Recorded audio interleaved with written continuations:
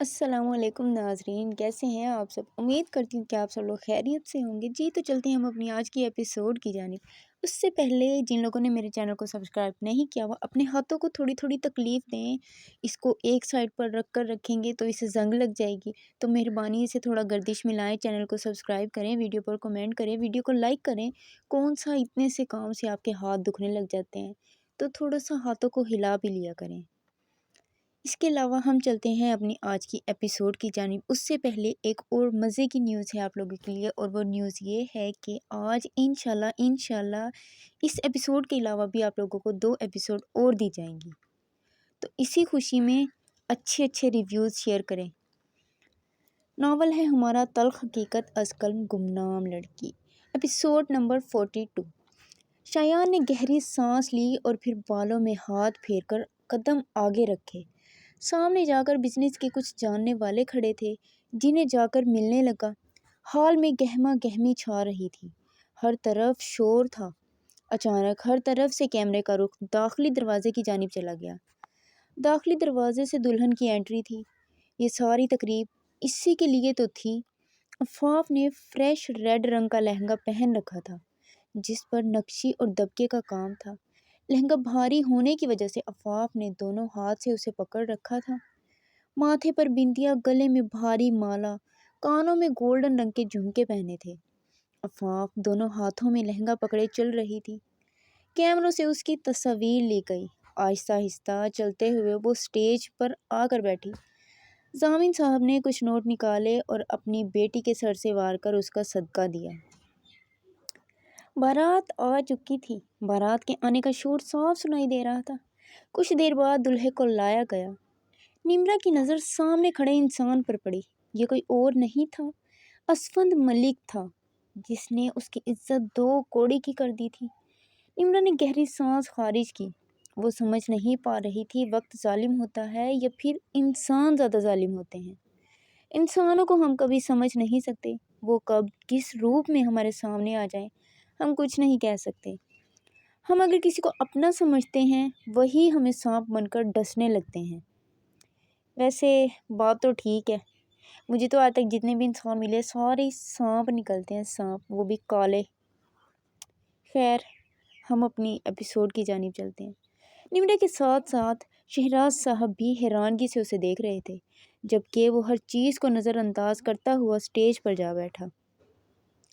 جہانگیر نے گاڑی پارک کی اور ہال میں داخل ہوا۔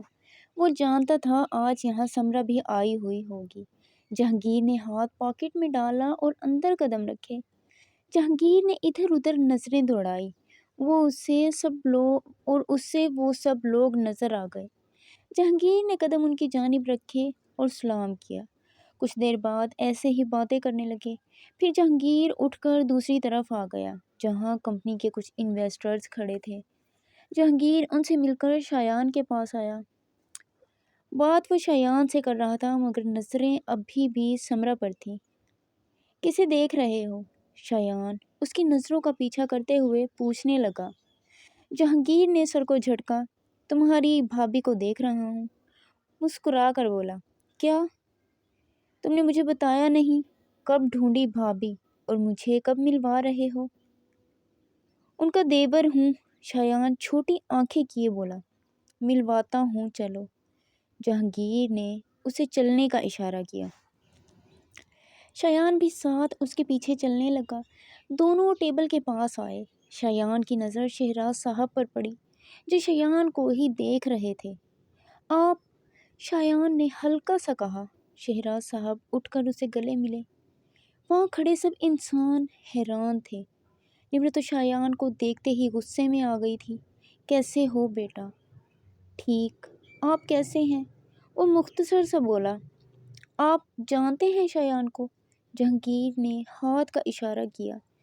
جی، میں ان سے جناح ہسپتال میں ملا تھا، شایان نے تفصیل بتائی۔ اس دن میں تمہارا شکریہ ادا نہیں کر پایا تھا، اس کے لیے میں بہت شرمندہ ہوں بیٹا۔ تمہاری وجہ سے میری بیٹی کی جان بچی تھی۔ ان کا اشارہ اپنی بیٹی نمرا کی جانب تھا۔ نمرا نے ایک دم چہرے کا رخ اپنے باپ کی جانب کیا۔ اسے وہ لفظ یاد آنے لگے تھے۔ انہوں نے کہا تھا کہ خدا اس لڑکے کا بھلا کرے جس کی وجہ سے آج تمہاری جان بچی ہے۔ وہ لڑکا شایان تھا۔ وہ زیر لب بولی، آواز اتنی کم تھی کہ بمشکل ہی کوئی سن پایا۔ شہراز صاحب کا موبائل بجنے لگا۔ انہوں نے موبائل اوکے کر کے کان سے لگایا اور پھر باہر آ گئے فون سننے کے لیے۔ صفیہ بیگم نے آگے ہو کر شایان کو پیار دیا۔ یہ میرا دوست ہے، میرا بھائی ہے، اس کے علاوہ کوئی اور نہیں ہے میرا۔ جہانگیر اس کے کندھے پر ہاتھ پھیلائے بولا، اتنا ایموشنل نہ ہو، تیری رخصتی نہیں ہو رہی۔ شایان گھورنے لگا۔ یہ سمرہ ہے، میری ہونے والی بیوی۔ جہانگیر نے ہاتھ کا اشارہ سمرہ کی جانب کیا۔ السلام علیکم بھابھی، شایان خوشی سے بولا، جبکہ سمرہ گھبرا گئی تھی۔ وہ عمر میں بہت چھوٹی تھی۔ شایان کا اسے یوں بلانا اسے عجیب سا لگا۔ وعلیکم السلام، سمرہ نے مسکرا کر جواب دیا۔ اور یہ نمرہ ہے، سمرہ کی بہن۔ اب جہانگیر کا اشارہ نمرہ کی جانب تھا۔ اوہ، تو نمرہ نام ہے ان کا۔ شایان دل پر ہاتھ رکھے بولا، کیسی طبیعت ہے اب آپ کی؟ وہ آپ پر زور دے کر بولا، ٹھیک، جو اب بالکل مختصر تھا۔ شایان اس سے ایسے ہی کسی جواب کی توقع تھی۔ اتنے عرصے میں وہ اس بات سے واقف ہو گیا تھا، نمرہ کا لہجہ کڑوا ہے۔ شایان ہلکا جہانگیر کی طرف جھکا، تمہاری سالی صاحبہ ہر وقت ایسے ہی رہتی ہیں؟ اس کا اشارہ نمرہ کے لہجے کی جانب تھا۔ جہانگیر نے اپنا پاؤں شایان کے پاؤں پر زور سے مارا۔ تم ذرا تمیز سے رہو ورنہ تمہاری خیر نہیں مجھ سے، وہ اسے وارن کرنے والے انداز میں بولا۔ سعدیہ بیگم صحن میں چارپائی پر بیٹھی آسمان کو دیکھ رہی تھی۔ شاہد صاحب آ کر ساتھ بیٹھ گئے۔ انہیں سعدیہ سے محبت تھی۔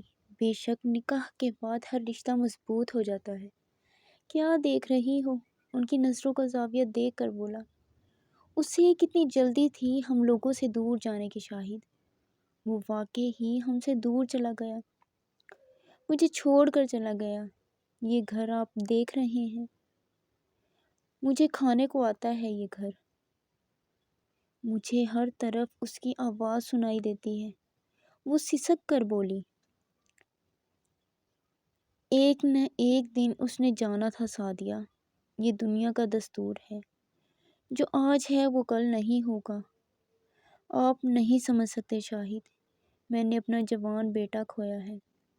مجھے ایسا لگتا ہے میں نے اس کے ساتھ ساتھ اپنا سب کچھ کھو دیا ہے۔ جوان اولاد جب ماں باپ کو چھوڑ کر چلی جاتی ہے تو ماں باپ اپنا سارا اثاثہ کھو دیتے ہیں، اور ہم لوگ بھی اپنا قیمتی اثاثہ کھو بیٹھے ہیں۔ سعدیہ بیگم آسمان کو دیکھتے ہوئے بول رہی تھی۔ ہانیہ بیڈ پر اوندھے منہ لیٹی سامنے کھلی کتاب سے کچھ پڑھ رہی تھی۔ اچانک موبائل بجنے لگا۔ موبائل پر نمبر جگمگا رہا تھا۔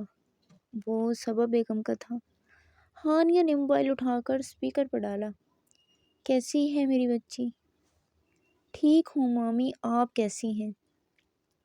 ٹھیک ہے۔ ہانیہ بیٹا، ہم لوگ آج رات لاہور پہنچ جائیں گے، تم بھی گھر آ جانا۔ کچھ ادھورے کام ہیں جو ہم پورے کرنا چاہتے ہیں۔ ہانیہ نے بس ہاں میں جواب دیا تھا۔ اسے ان کی باتیں کچھ سمجھ نہیں آ رہی تھی۔ نکاح کی تقریب شروع ہو گئی تھی۔ مولوی صاحب نے نکاح پڑھنا شروع کیا۔ اسفند ملک ولد احمد ملک، آپ کا نکاح عفاف قریشی بنت ضامن قریشی سے پڑھایا جاتا ہے۔ کیا آپ کو یہ نکاح قبول ہے؟ قبول ہے، اسفند بغیر وقت کو ضائع کیے بولا۔ عفاف قریشی بنت ضامن قریشی، آپ کا نکاح اسفند ملک ولد احمد ملک سے پڑھایا جاتا ہے۔ کیا آپ کو یہ نکاح قبول ہے؟ عفاف نور نظریں اپنے ہاتھوں پر رکھے بولی۔ ضامن صاحب کو مولوی صاحب نے مبارکباد پیش کی۔ ضامن صاحب نے بیٹی کو گلے لگایا اور ماتھے پر بوسہ دیا۔ صفیہ ہمیں نکلنا ہے، میرے قریبی دوست کے بیٹے کا انتقال ہو گیا ہے، شہراز صاحب اندر آ کر بولے۔ صفیہ بیگم نے چادر کو اچھی طرح سیٹ کیا۔ شہراز کا رخ اب جہانگیر کی جانب تھا۔ بیٹا تم نمرا سمرا کو گھر چھوڑ دینا۔ ٹھیک ہے آپ لوگ چلے جائیں، میں چھوڑ دوں گا انہیں۔ جہانگیر نے مؤدب طریقے سے جواب دیا اور دوسری نظر سمرا پر ڈالی جو اس سے ہی گھور رہی تھی۔ جہانگیر ہلکا سا اس کی جانب جھکا۔ ایسے نہ گھورو، ڈرتا بھی ہوں، اس نے شرارتی انداز میں کہا۔ ہاں کہاں سے لگتا ہے آپ ڈرتے بھی ہیں، کسی کو قتل کر کے تب نہ ڈریں آپ، سمرا گھور کر بولی۔ اچھی لگ رہی ہو بلیک ڈریس میں۔ جہانگیر نے چمکتی نظروں کے ساتھ اس کا زاویہ لیا۔ ہاتھ میں جہانگیر کی دی ہوئی بریسلیٹ اور منگنی کی انگوٹھی پہن رکھی تھی۔ بس کر دو، باقی باتیں بعد میں کر لینا، ہم بھی یہیں کھڑے ہیں، شایان اسے دیکھ کر بولا۔ جہانگیر نے ایک سرسری نظر اس پر ڈالی۔ تم دونوں بیٹھو، ہم ضامن قریشی سے مل کر آتے ہیں۔ جہانگیر نے شایان کا بازو پکڑ کر کمر پر فولڈ کیا اور دونوں اسٹیج کی جانب آئے۔ اسفند کی نظر نمرا پر تھی، اسے دیکھ کر سارے پرانے زخم گہرے ہو گئے تھے۔ ضامن قریشی تمام مہمانوں کو دیکھ رہے تھے۔ کھانا کھا کر کافی مہمان یہاں سے جا چکے تھے، بہت قریبی مہمان رہتے تھے۔ آپی ایک بار ہم بھی مل کر آتے ہیں عفاف آپی سے۔ سمرا نے اسٹیج کی جانب اشارہ کیا۔ میرا دل نہیں کر رہا، تم چلی جاؤ، وہ بات کو ٹالنے لگی۔ نہیں آپی، وہ آپ کو کمزور سمجھیں گے، ہمیں چلنا چاہیے۔ جہانگیر بھی ابھی اسٹیج کی جانب کھڑا تھا۔ نمرا سمرا دونوں ہی اسٹیج پر آئے۔ نکاح مبارک ہو عفاف، دونوں بہنیں مسکرا کر بولی۔ مجھے تو لگا تھا تم میں ہمت نہیں ہوگی سامنا کرنے کی۔ اسفند اس پر نظر ڈالتے ہوئے بولا۔ میں نے ایسا کوئی کام نہیں کیا جس سے مجھے شرمندگی سے جھکنا پڑے۔ نمرا مقابل ہوتے بولی۔ ٹھیک کہہ رہی ہو تم جیسی لڑکیاں بے شرم ہوتی ہیں۔ اسفند اس کے سامنے کھڑا ہوا۔ بالکل، مجھ سے زیادہ بے شرم تم ہو۔ جانتے ہو تم وعدہ کر کے مکرنا جانتے ہو، لوگوں کو دھوکے میں رکھنا جانتے ہو، عزت کا تماشا لگانا جانتے ہو۔ نمرا وہ پہلے والی کمزور نمرا نہیں لگ رہی تھی، وہ ایک گھائل شیرنی لگ رہی تھی۔ تم جیسی بدکردار لڑکیاں اپنی عزت کا بھرم رکھنا جانتی ہیں۔ تم اسفند کے ساتھ رشتہ جوڑ کر دوسروں کے ساتھ چکر چلا رہی تھی۔ عفاف مقابل کھڑی ہوئی، چٹاخ ایک زوردار تھپڑ اس کی گال کی زینت بنایا اور جھکتے ہوئے بولی۔ مرد کی فطرت ایسی ہوتی ہے، اس سے پوری عورت میسر ہو اس کا دل بھر جاتا ہے، اور تم اس سے نکاح کے بنا ہی میسر تھی۔ میں اسے میسر نہیں تھی، وہ مجھے پانا چاہتا تھا، اس سے محبت نہیں تھی، صرف حسن سے متاثر ہوا تھا۔ مرد کو بستر پر بدصورت عورت بھی ٹھیک لگتی ہے، مگر شادی کے لیے اسے ایک پاک صاف اور خوبصورت عورت چاہیے، خود وہ چاہے جتنا بھی بدکردار ہو۔ یہ تھپڑ عفاف کو نہیں، سرخ جوڑے میں سجی دلہن کو لگا تھا۔ یہ تھپڑ نمرا نے آج اپنے کردار کی گواہی پر مارا تھا۔ تھپڑ کی گونج ہر طرف تھی۔ جہانگیر نے گہری سانس لی، وہ کامیاب ہوا تھا، وہ نمرا کو اس کے لیے اسٹینڈ لینے میں کامیاب ہوا تھا۔ تمہاری اتنی ہمت! عفاف نے اپنا ہاتھ تھپڑ کے لیے اٹھایا، مگر وہ ہاتھ درمیان میں ہی روک لیا گیا تھا۔ جہانگیر کا ایک ہاتھ پاکٹ میں، دوسرے ہاتھ میں عفاف کی کلائی تھی جو اس نے جھٹکے سے چھوڑی۔